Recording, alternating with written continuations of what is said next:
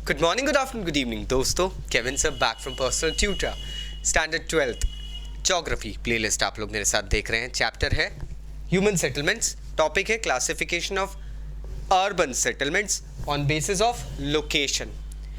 अब एक सेटलमेंट अपनी लोकेशन के कारण भी काफ़ी बार रूरल से अर्बन कैटेगरी में कैटेगराइज कर दिया जाता है, लेकिन किसी अर्बन सेंटर की लोकेशन हमेशा उसके फंक्शनैलिटी के ऊपर बेस्ड होती है दोस्तों। अक्सर देखा जाता है कि अलग अलग टाइप के शहर होते हैं। अब अलग अलग टाइप के शहर कैसे होते हैं? For example industrial towns, port cities, then comes your railway junctions. अलग अलग शहर होंगे, हॉलीडे टाउन्स, रिजॉर्ट्स। अलग अलग शहरों की अलग अलग कार्यशैली होती है, बट ये कभी सेम नहीं होती। जैसे एक हॉलीडे रिजॉर्ट का कोई सा टाउन है जो कि फेमस है, एक बड़े रिजॉर्ट के कारण वो टाउन बना है, उसकी कैटेगराइजेशन और उसकी नीड्स एक इंडस्ट्रियल टाउन, एक मिलिट्री सेंटर या तो एक सी पोर्ट से काफ़ी अलग होगी। उसकी नीड्स, उसकी सिग्निफिकेंस, उसकी लोकेशन भी, क्योंकि देखा जाता है कि एक अलग अलग टाउन्स को अगर हम समझते हैं, स्ट्रैटेजिक टाउन्स जो होते हैं, मिलिट्री डिफेंस, मिलिट्री और आर्मी, ये वाले जितने सेंटर्स होते हैं, इन टाउन्स को एक नेचुरल डिफेंस के लिए कुछ बैरियर वगैरह की जगह देख के सेटअप किया जाता है। आसानी से इन जगहों पर शत्रु पहुंच नहीं पाए।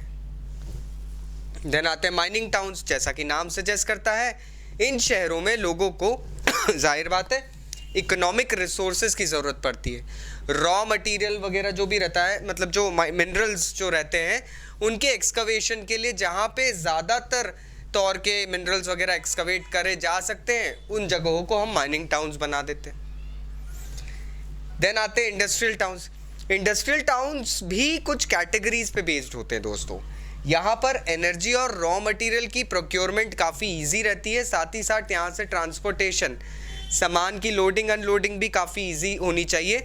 ये टाउन जिस तरीके से सेटअप किए जाते हैं तो इनके नाम रहते हैं। अब वैसे ही एक टूरिस्ट टाउन होता है। अब टूरिस्ट टाउन क्या होता है दोस्तों? जहाँ पे लोग या तो किसी हर्बल मेडिसिनल उसके लिए जा रहे हैं, रिट्रीट के लिए जा रहे हैं, या तो लोग किसी बीच टाउन पे जा रहे हैं, या तो बहुत खूबसूरत सीनरी वगैरह है। तो ये सब शहर अलग अलग वैल्यूज रखते हैं, या कोई हिस्टोरिकल सिटी है, तो इस तरीके से बाइफिकेशन किया जाता है अलग अलग टाउन्स का। अब समय पुराने वक्त जैसा नहीं रहा है। पुराने टाइम पे अर्बन सेटलमेंट्स को कैटेगरी में डिवाइड किया जाता था।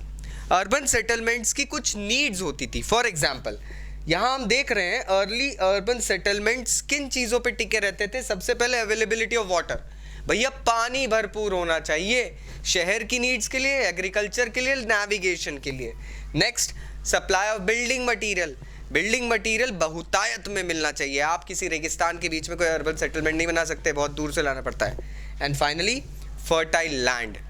फर्टाइल लैंड जो होती है, फर्टाइल लैंड एक तरीके से क्राइटेरिया होता है जिस जगह पर बहुत अच्छे से ज़मीन की अवेलेबिलिटी रहेगी, जिस तरीके से वहाँ पर एग्रीकल्चरल ग्रोथ होगी, so it actually goes ahead and provides us the chance to make it a big settlement. पहले देखा गया था, हम लोगों ने यही चीज़ देखी थी कि ये तीन चीज़ें अवेलेबिलिटी रहती थी तो किसी भी जगह को शहर की क्राइटेरिया में ले लिया जाता था, क्योंकि यहाँ पॉपुलेशन थोड़ी बढ़ जाती थी। अब चीज़ें चेंज हो गई है। अब चीज़ें ऐसी हो गई है कि अब सिचुएशन आई है, सिचुएशन चेंज हुई है। अब लोगों ने कहीं पे भी अपने शहर स्थापित करना शुरू कर दिए हैं। अब शहर स्थापित हो जाते हैं क्योंकि अब पानी पाइप्ड वाटर लाइन के थ्रू पहुंच जाता है।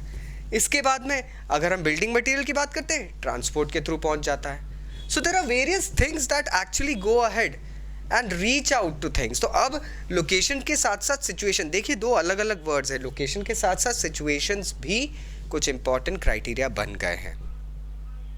सो this is what I am going to go ahead and inform you. फिर भी अगर कोई डाउट्स रह गए तो प्लीज़ नीचे कमेंट बॉक्स से कमेंट ज़रूर करिएगा। Thank you very much, take care, bye bye.